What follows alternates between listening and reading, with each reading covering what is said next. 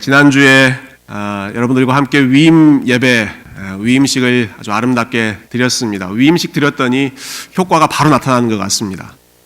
일부 예배 숫자가 확 늘었습니다. 제가 와서 예배 드린 중에 제일 오늘 일부 예배 숫자가 많은 것 같은데요.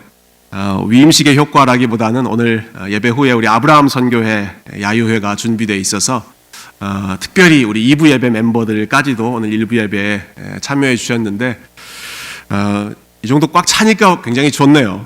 1부 예배 앞으로도 계속 이 정도 숫자가 이보다 더 우리 1부 예배도 부흥했으면 좋겠다, 그런 기대감을 갖게 됩니다. 아멘. 제가 오래전에 본 영화 중에 아마데우스라고 하는 영화가 있습니다. 음악 영화입니다. 이 아마데우스라고 하는 이름은 여러분 잘 아시는 유명한 천재 작곡가죠. 볼프강 아마데우스 모차르트, 그 사람의 이름 중에 가운데 미들네임이 아마데우스입니다. 이 제목만 보면 모차르트가 주인공인 것 같지만 사실 실제 주인공은 다른 사람이었습니다. 모차르트와 같은 시대를 살았던 또 다른 음악가 살리에리라고 하는 사람이 실질적인 그 영화의 주인공이었습니다. 살리에리 역시도 훌륭한 음악가였습니다. 당대 최고의 음악가였고 특히 왕의 궁정에서 모든 음악을 감독하는 궁정음악가, 뮤직 디렉터가 이 살리에리였습니다.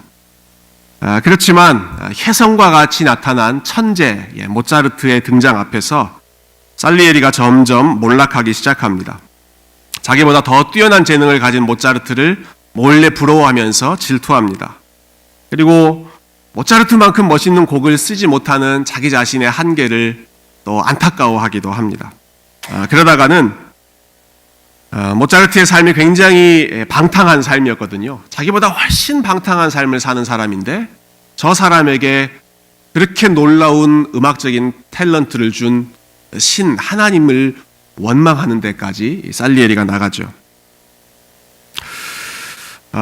물론 역사가들은 실제로 살리에리가 그렇게 악한 사람이었는가 하는데 퀘스천 마크를 던지기도 합니다. 그렇지만 적어도 이 영화 아마데우스에서는 한 인간이 가지고 있는 질투심, 그 사람의 인생을 이 질투심이 얼마나 비참하게 파괴하는가 하는 것을 영화는 그려주고 있는 것이죠. 제가 굉장히 흥미롭게 본 장면은 이 영화의 마지막 부분이었는데요.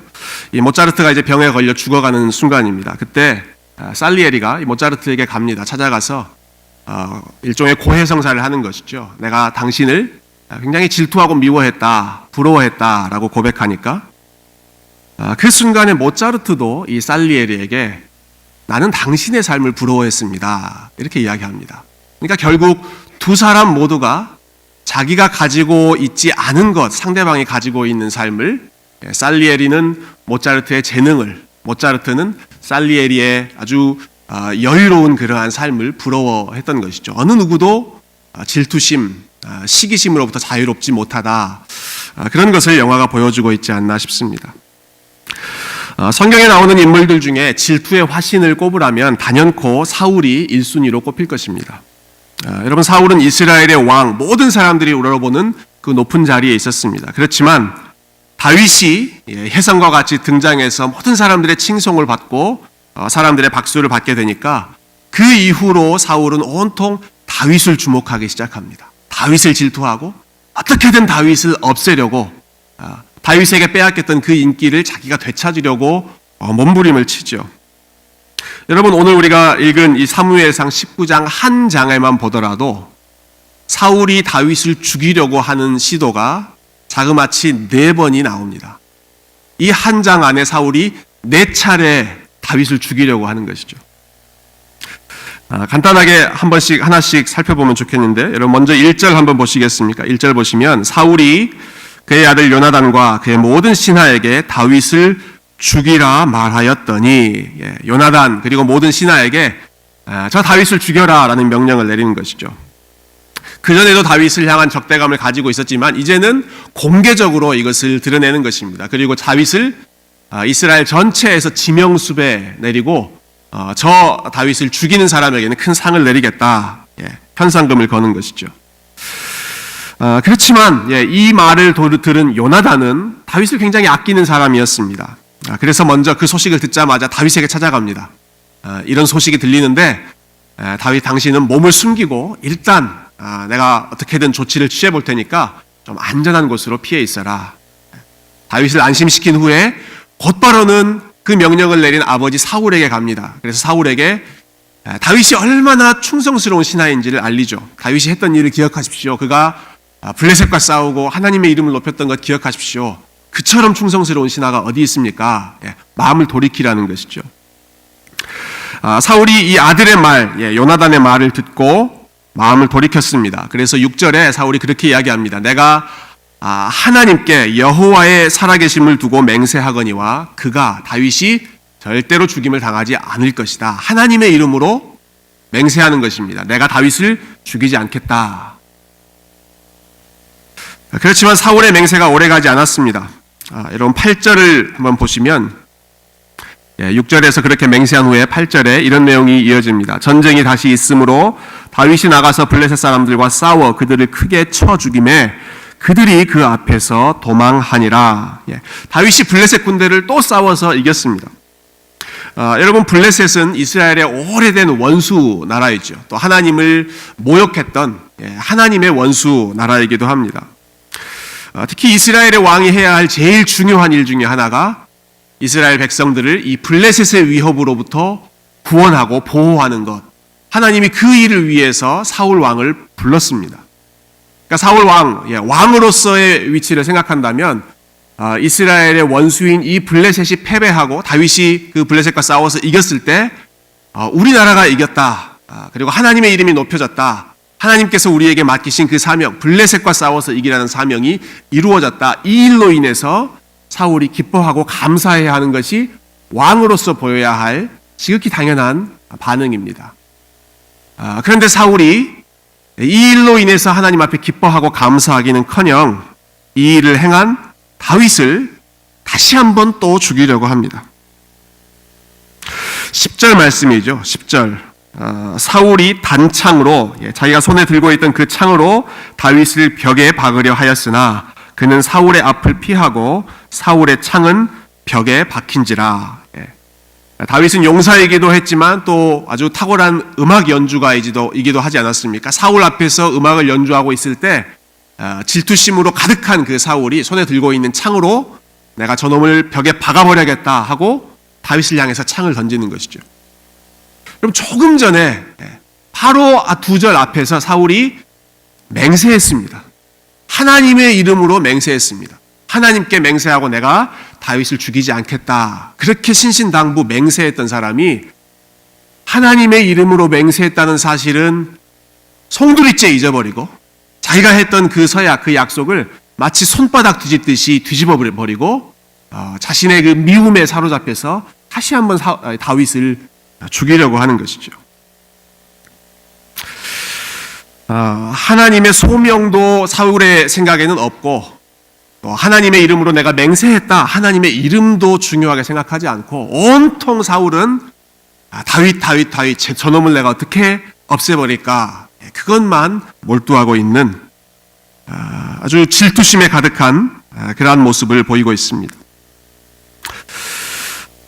자, 이렇게 다윗을 미워하고 있는 가운데 사울의 눈에는 하나님만 안 보이셨던 것이 아니라 사실은 자기가 사랑했던 자식들도 사울의 눈에는 더 이상 보이지 않게 됩니다.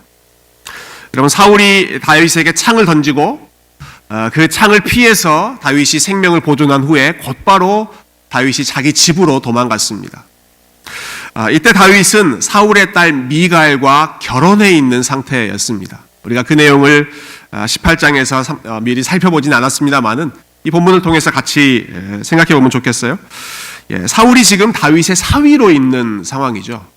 근데 사울이 다윗에게 자기 딸을 준 이유도 순수하지 못했습니다. 다윗을 죽이기 위한 계획의 일부로 자기 딸을 결혼시켰던 것이죠. 그 내용이 18장 20절과 21절에 나오는데요. 앞에 스크린을 보시면 사울의 딸 미갈이 다윗을 사랑하매 어떤 사람이 사울에게 알린지라 사울이 그 일을 좋게 여겨 스스로 이르되 내가 딸을 그에게 주어서 그에게 올무가 되게 하고 블레셋 사람들의 손으로 그를 치게 하리라. 사울이 다윗에게 딸을 준 다윗을 사위 삼은 목적이 무엇입니까? 이 딸과 결혼시키는 조건으로 너 블레셋 사람들과 싸워서 이겨라. 많은 사람들의 생명을 나에게 가지고 와라. 그러면 내가 결혼시켜주겠다. 그 계획을 펼쳐놓고는 그 전쟁 통해서 다윗이 죽든지 다치든지 해를 입기를 바랬던 것이죠. 그런데도 다윗이 그 전쟁에서 승리하고 돌아와서 사울의 딸 미갈과 결혼을 하게 됐습니다.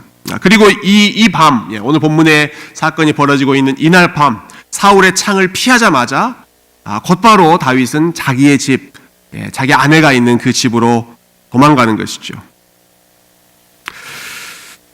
다윗이 자기 집으로 돌아갔다는 소식을 들으니까 사울이 또다시 사람들을 보냅니다. 벌써 세 번째 다윗을 죽이려는 시도입니다.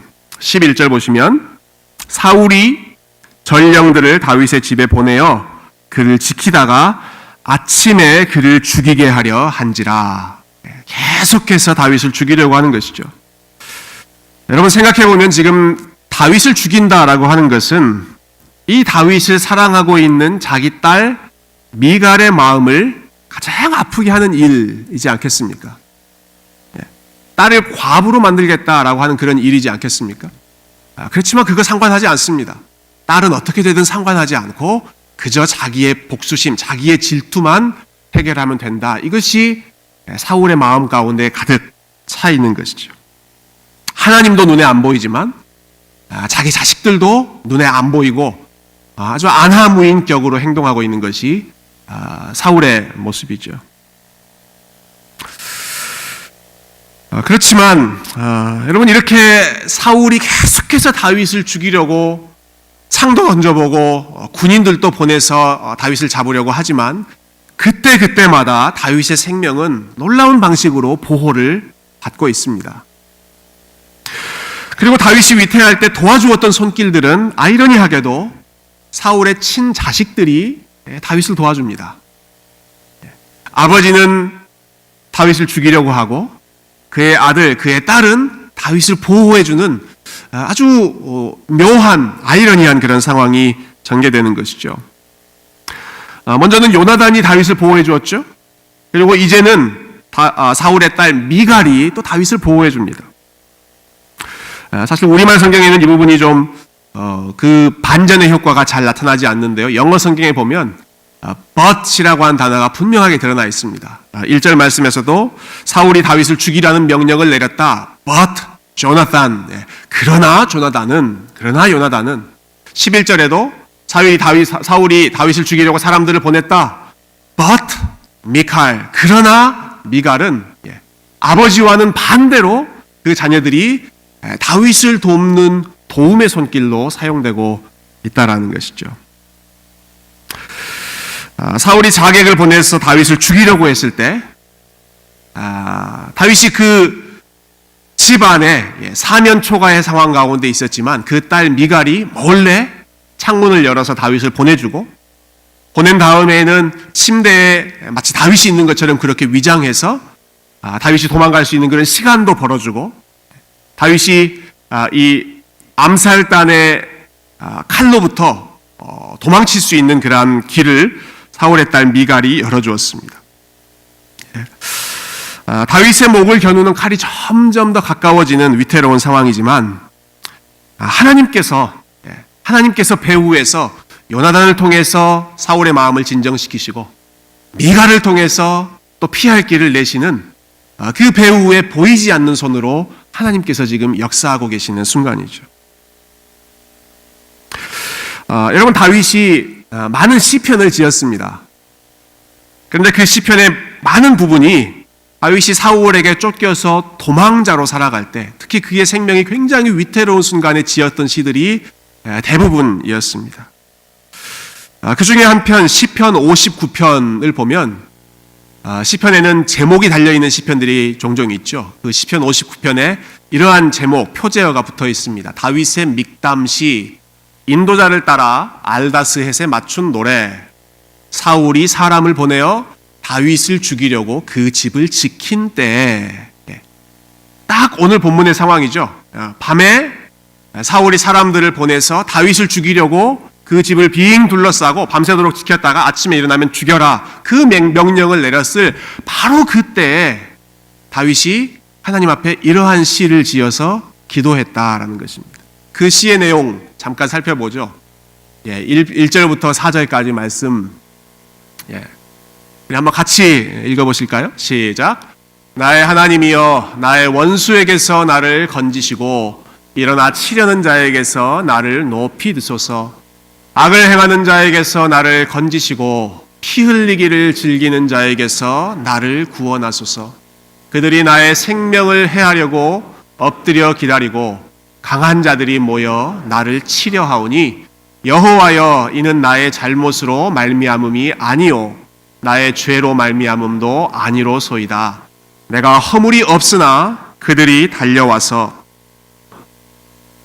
주여 나를 도우시기 위하여 깨어 살펴주소서. 여러분 다윗의 입장을 한번 생각해 보십시오. 얼마나 억울한 입장입니까? 다윗이 블레셋과 싸워서 이기고 골리앗과 싸워서 이기고 사실은 사울 왕이 나가서 싸워야 하는 싸움이지만 왕이 두려워 벌벌 떨고 있으니까 본인이 대신 나가서 싸워서 이겼습니다. 그 후에도 사울을 위해서 여러 차례 싸워주고 사울이 정신적으로 혼돈할 때마다 음악을 연주해서 사울의 마음을 진정시켜주고 다윗은 계속 사울에게 잘해주는데 사울은 오히려 자기를 죽이려고 사람을 보내고 칼을 던지고 있습니다. 얼마나 억울하고 답답한 심정이겠습니까? 또 굉장히 위태로운 순간이죠. 누군가 한 사람이 나를 미워한다. 어떤 한 사람이 나에 대해서 안 좋게 말하고 다닌다. 여러분 그 소식만 들어도 속이 뒤틀리고 배가 아프죠. 그런데 이건 한 사람이 아니라 한 왕이 온 나라를 동원해서 내 생명을 노리고 있다라고 하는 상황이니 이 얼마나 두렵고 떨리는 상황입니까? 바로 그 순간에 다윗은 하나님께 기도했습니다. 바로 그 순간 자기를 죽이려고 하는 그 군인들이 바로 주변 집을 삥 둘러싸고 있는 바로 그 밤에 나의 하나님이여 나의 원수에게서 나를 건져주십시오.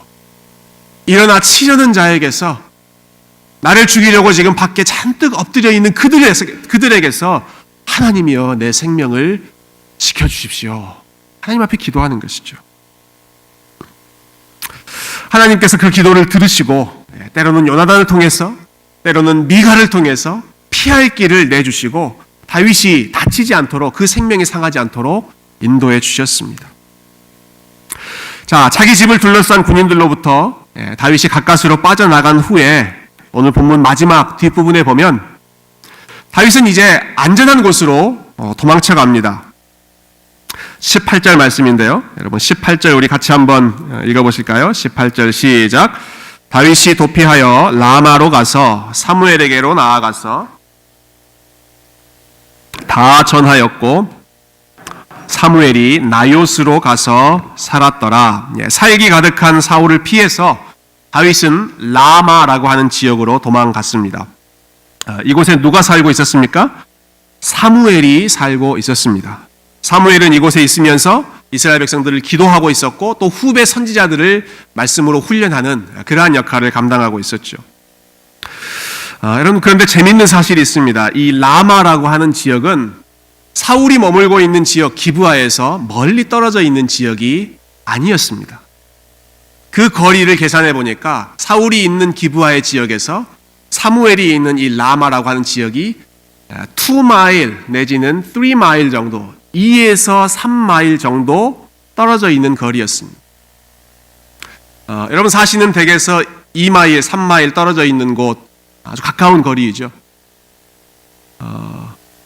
아마 걸음이 빠른 분, 운동을 많이 하시는 분들은 2, 3마일 정도면 1시간 내지 2시간 걷거나 달리면 충분히 도달할 수 있는 거리일 것입니다. 좀 이상하지 않습니까? 여러분 지금 다윗이 사울의 위협을 피해서 도망쳐야 하는 상황입니다. 도망쳐야 된다면 사울이 쫓아올 수 없는 좀 먼 지역으로 밤새도록 열심히 달려가서 좀 안전한 곳으로 도망쳐야지 그게 훨씬 상식적인 반응이지 않겠습니까? 그런데 다윗이 도망간 곳이 3마일 정도밖에 떨어져 있지 않은 라마라고 하는 지역, 아주 가까운 지역에 다윗이 지금 도망쳐 있다는 것이죠. 여러분, 왜 다윗이 더 멀리 안전한 곳으로 도망가지 않았을까요? 자기 부모가 있는 곳, 자기 형제가 있는 곳, 자기의 지파, 유다 지파라고 하는 그 자기의 보호막이 될 수 있는 그 사람들이 있는 베들레헴으로 가지 않고 왜 3마일밖에 안 돼 있는 라마로 갔을까요? 그 이유는 그곳에 선지자 사무엘이 있기 때문입니다. 그곳이 하나님의 말씀이 있는 곳이기 때문입니다. 그리고 그곳이 하나님께 기도하는 곳이었기 때문입니다. 여러분, 다윗은 자기의 생명을 지키려고 할 때 물리적으로 안전한 곳, 혹은 지리적으로, 군사적으로 안전한 곳을 찾아서 도망치지 않았습니다. 그가 열심히 달려서 갔던 곳은 하나님의 말씀이 있는 곳, 하나님을 향한 기도의 소리가 있는 곳, 하나님을 예배하는 사람들이 있는 곳, 그곳으로 가서 말씀을 듣고 함께 기도하고, 이것은 무엇을 보여주는 것입니까? 내 생명을 지켜주는 것은 어떠한 든든한 백그라운드 사람들이 아니라 내 생명을 지켜주시는 것은 하나님밖에 없다. 바로 그 전에 시편 59편에 기도한 것처럼 다윗이 사무엘에게 찾아가서 사무엘과 함께 기도하는 것으로 이 위험을 벗어나려고 하는 것이죠. 여러분, 가장 위태로운 순간에 여러분 어디를 향해 달려가십니까? 여러분, 가장 위태로운 순간, 가장 우리가 두렵고 불안하고 떨리는 그 순간에 다른 어떤 것보다 하나님의 말씀이 있는 곳, 하나님의 기도가 있는 곳, 하나님을 예배하는 사람들이 있는 그곳으로 가서 그 사람들과 함께 말씀으로 기도로 하나님께 여러분의 사정을 아뢰시고 하나님의 도움을 의지하시는 우리 아틀란타 세교회 성도님들 다 되시기를 주님의 이름으로 축원드립니다. 여러분, 다윗이 라마로 도망쳤다는 소식이 순식간에 사울에게 알려졌습니다. 가만히 있을 리 없죠. 당장 다윗을 잡으려고 군사들을 보냈습니다. 말씀드렸던 것처럼 오늘 본문에서만 네 번째 다윗을 죽이려고 하는 시도입니다. 그래서 군사들을 보냈는데 참 놀라운 일들이 일어났습니다. 20절 말씀 제가 읽어보겠습니다. 20절. 사울이 다윗을 잡으러 전령들을 보냈더니 그들이 선지자 무리가 예언하는 것과 사무엘이 그들의 수령으로 선 것을 볼 때에 하나님의 영이 사울의 전령들에게 임함에 그들도 예언을 한지라. 이전에는 요나단이나 미갈의 손을 통해서 하나님이 배후에서 역사하셨다면 이제는 하나님께서 전면에 나서서 다윗을 보호해 주십니다. 오늘 본문에서 처음으로 이 하나님의 영이라고 하는 표현이 나오는데요.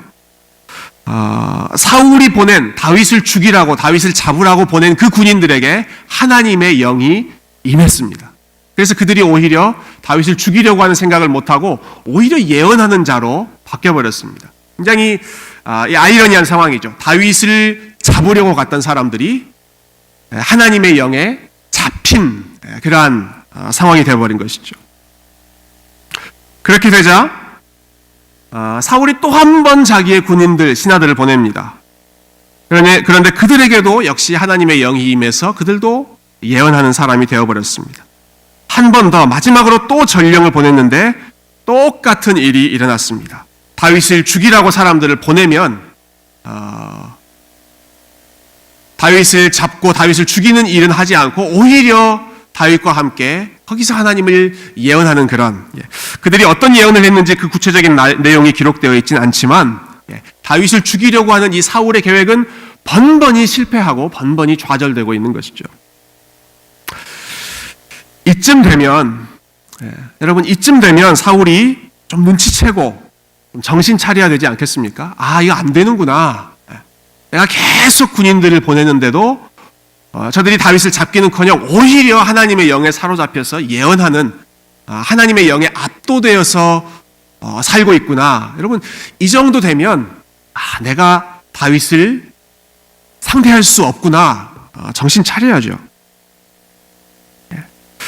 하나님의 영이 지금 다윗과 함께 계시는구나. 내가 지금 다윗을 해하려고 하는 이 시도는 하나님을 대적하는 시도구나. 이거 정신 차리고 눈치를 채야 하는 상황입니다. 그러나 사울이 그렇게 하지 못합니다. 보다 못한 사울이 본인이 직접 나서서 라마로 찾아가고 본인이 직접 다윗을 내가 잡겠다 발벗고 나섭니다. 그러나 라마에 도착하자마자 사울 역시도 하나님의 영에 압도되었습니다. 그리고 역시 사울도 다른 군인들처럼 또 똑같이 예언을 하기 시작했습니다. 그런데 사울이 하나님의 영에 사로잡혀서 예언을 하는 모습이 그렇게 덕스러운 모습, 아름다운 모습이 아니었습니다. 여러분 24절 마지막 절 보시면 이렇게 나와 있죠. 그가 또 그의 옷을 벗고 사무엘 앞에서 예언을 하며 하루 밤낮을 벗은 몸으로 누웠더라. 그러므로 속담에 이르기를 사울도 선지자 중에 있느냐 하더라. 정상적인 모습이 아니죠. 사울이 옷을 다 벗고 벌거벗은 채로 하루 밤낮을 그 자리에서 누워 있으면서 예언을 했습니다. 부끄러운 모습이죠.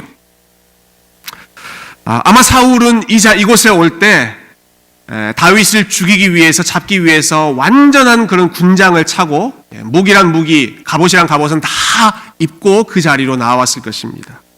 그런데 하나님께서 사울을 완전히 벌거벗기시는 것입니다.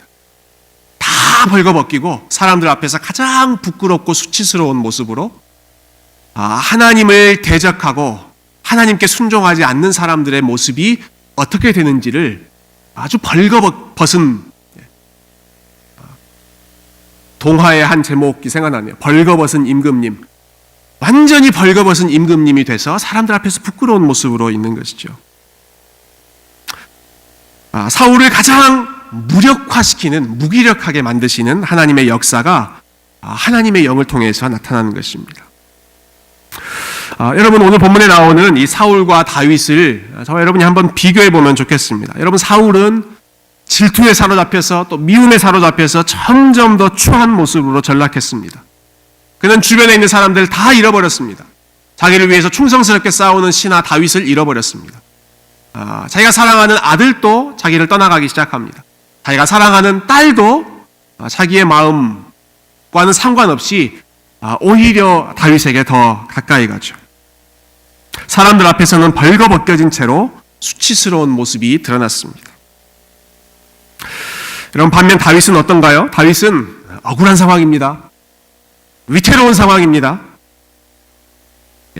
온 나라가 자기를 죽이려고 모든 신하들이 총동원돼서 잡으려고 하는 정말 두렵고 떨리는 마음으로 하루하루 여기저기 피할 곳이 없는 죄를 생각하며 살아가야 하는 너무너무 위태로운 상황입니다. 그러나 위태로운 순간에 처할 때마다 다윗은 하나님께 도움을 구합니다. 하나님께 기도합니다. 그리고 하나님의 말씀이 있는 곳으로 나아갑니다. 그리고 마침내는 하나님의 영, 성령께서 다윗의 생명을 안전하게 보호해 주시는 것으로 오늘 본문의 내용이 마무리되죠. 사울은 4차례나 자기가 할 수 있는 모든 방법을 동원해서 다윗을 죽이려고 그를 붙잡으려고 애를 썼지만 하나님의 영은 다윗의 생명을 털끝만큼도 건드리지 못하도록 안전하게 보호해 주시는, 다윗을 보호하시고 다윗의 피난처가 되어주시는 그 하나님의 모습, 그 하나님의 영, 성령의 역사의 모습이 오늘 본문에 여실히 드러나고 있습니다. 다윗은 이처럼 하나님의 세밀한 도우심을 받았고 경험했기 때문에 또 다른 시편에서 본인의 삶에 늘 함께 하셨던 그 하나님의 손길, 하나님의 영의 임재를 찬양했습니다. 우리가 잘 아는 시편 139편 7절부터 10절에 다윗이 이렇게 고백합니다. 내가 주의 영을 떠나 어디로 가며 주의 앞에서 어디로 피하리이까? 내가 하늘에 올라갈지라도 거기 계시며 수월에 내 자리를 펼지라도 거기 계시니이다. 내가 새벽 날개를 치며 바다 끝에 가서 거주할지라도 거기서도 주의 손이 나를 인도하시며 주의 오른손이 나를 붙드시리이다. 자기와 함께한 그 하나님의 영을 경험한, 위태로운 상황에서 하나님의 보호하시는 손길을 경험했던 그 믿음의 사람의 입에서 나오는 아름다운 믿음의 고백입니다. 사랑하는 성도 여러분, 사방으로 우겨싸움을 당하는 것 같고 또는 나를 넘어뜨리려고 하는, 나를 해하려고 하는 그러한 공격들이 사방에서 몰려든다 하더라도 하나님께 피하는 사람은 성령께서, 하나님의 영께서 그 사람의 생명을 안전하게 지키시고 보호하시는 줄로 믿으시기를 바랍니다. 최근에 방영된 드라마 이야기 잠깐 하고 설교를 마치고 싶은데요. 최근에 눈이 부시게라고 하는 드라마가 있었습니다. 아마 보신 분들도 계시겠죠. 저는 보지 않고 이 마지막 하도 재밌다 해서 마지막 장면만 봤습니다. 드라마 마지막 장면에 참 보는 이의 가슴을 먹먹하게 하는 그런 감동적인 장면이 있었습니다. 이 드라마에 보면 이 어머니와 아들 사이에 갈등이 계속 있었거든요. 이 아들이 어렸을 때 교통사고를 당해서 다리를 잃고 의족을 쓰는 항상 이 절름거리는 불구자였습니다. 근데 어머니는 항상 이 다리가 아픈 아들에게 아주 엄하게 따뜻하게 위로하기보다는 항상 강하게 그 아들을 키우셨던 것이죠. 아들은 그런 엄격한 어머니가 늘 불만이었습니다. 어머니가 자기를 사랑하지 않는다라고 생각했습니다. 시간이 흘러서 어머니가 치매에 걸리셨습니다.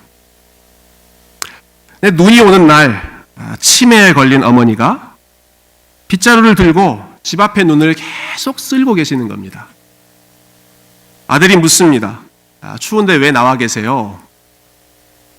이 어머니는 치매에 걸려서 아들을 알아보지 못하는 상황입니다. 근데 그 아들에게 어머니가 대답합니다. 우리 아들이 다리가 불편하거든요. 눈길에 우리 아들이 넘어질까봐 눈을 제가 쓸고 있습니다. 그제서야 아들이 깨닫습니다. 언제나 자신에게 엄하셨던 어머니였지만 눈이 올 때마다 항상 어머니가 아침 일찍 나와서 자기가 걸어가야 할 그 길을 항상 쓸어놓고 들어와서는 본인에게는 굉장히 엄하게 빨리 일어나서 학교 가라고 그렇게 재촉하셨던 그런 어머니셨다라고 하는 것을 깨닫는 것이죠. 그래서 아들이 혼자 울면서 이렇게 독백합니다. 어머니였어. 매일 아침 눈을 쓰셨던 분이 바로 어머니셨어. 성경은 하나님께서 우리의 좋은 부모, 좋은 아버지가 되신다고 수차례 말씀합니다. 예수님께서 이렇게 말씀하셨죠. 너희 중에 누가 아들이 떡을 달라 하는데 돌을 줄 아버지가 어디 있겠느냐. 생선을 달라고 하는데 뱀을 줄 아버지가 어디 있겠느냐. 너희가 악한 자라도 자녀에게 좋은 것을 줄 알거든 하늘에 계신 우리 아버지께서는 너희에게 얼마나 좋은 것으로 더하시겠느냐. 여러분, 하나님께서 그 자녀들을 인도하실 때 때로는 당신의 자녀들을 강하게 훈련시키기 원하시기 때문에 연단의 과정을 허락하실 때가 있습니다. 하나님께서 다윗을 사랑하셨죠. 다윗을 향해서 이 다윗은 내 마음에 합한 사람이다 라고 말씀하실 정도로 다윗을 사랑하셨습니다. 그러나 다윗에게 어려운 순간을 주십니다. 왜냐하면 다윗이 그 고난 가운데 더 순결한 사람이 되기를 원하셨고 무엇보다 사울처럼 실패하는 교만해지는 사람이 되지 않도록 하기 위해서 다윗에게 필요한 고난, 연단의 과정을 실현의 시간을 허락하신 것이죠. 그러나 그 모든 연단의 과정 속에서도 하나님께서는 다윗을 계속해서 보호하시고 지키시고 품에 안고 주변의 사방에서 적들이 다가오는 그 순간에서도 다윗을 보호하고 지켜주셨습니다.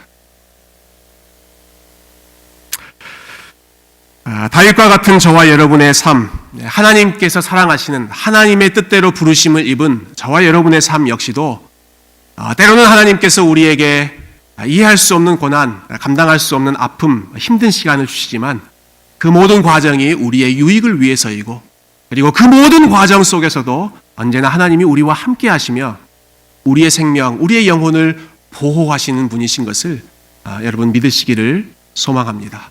이 하나님께 우리가 오늘도 달려가고 여러분 이 하나님께 우리가 우리의 마음을 쏟아놓고 그리고 이 하나님의 보호하시는 그 보호하시는 손길 아래에서 저와 여러분이 이번 한 주도 믿음으로 살아갈 수 있기를 주님의 이름으로 축원드립니다.